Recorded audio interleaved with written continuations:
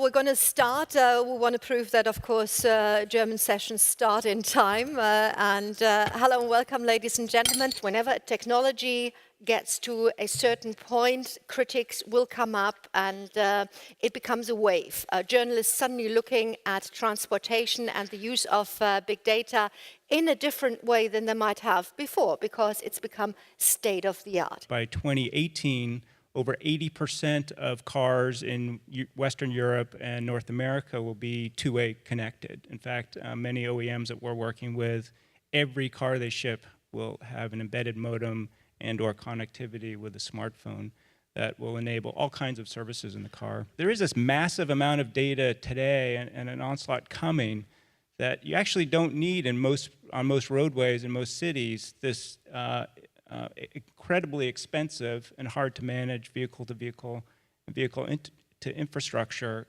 components. You can start to use the vehicle-to-cloud and the data that's available now.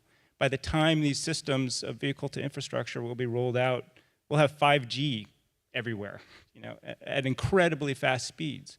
And that will power a lot of very exciting applications. The confidence level of data is very important.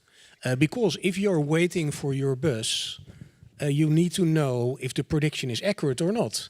The prediction could be, let's say, as good as the schedule, and if the bus is too late, then you're still standing in the rain. And the confidence of data is the extra value, the second dimension or the third dimension you give to data.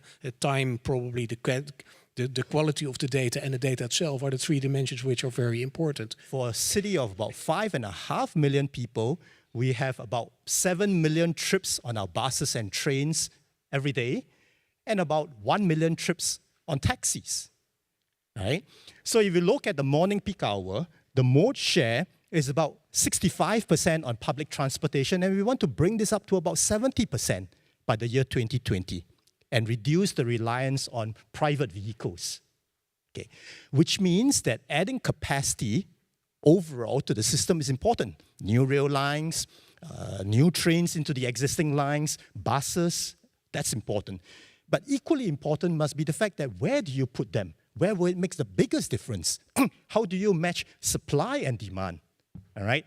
And so data analytics, the use of big data, is very important in how we shape the implementation of our transport policies in Singapore. Obviously, you need the infrastructure capacity, but you also need to ensure that you've got alignment. How do we ensure that we have the processes in place that will ensure that we not only produce the data, but we have the framing that's required, and then how we get it into the decision-making process in a way that that furthers our objective. Thank you very much. Enjoy the opening ceremony and gather as much information, big data, small data, and carry it home and do the good works wherever you do it. Thank you.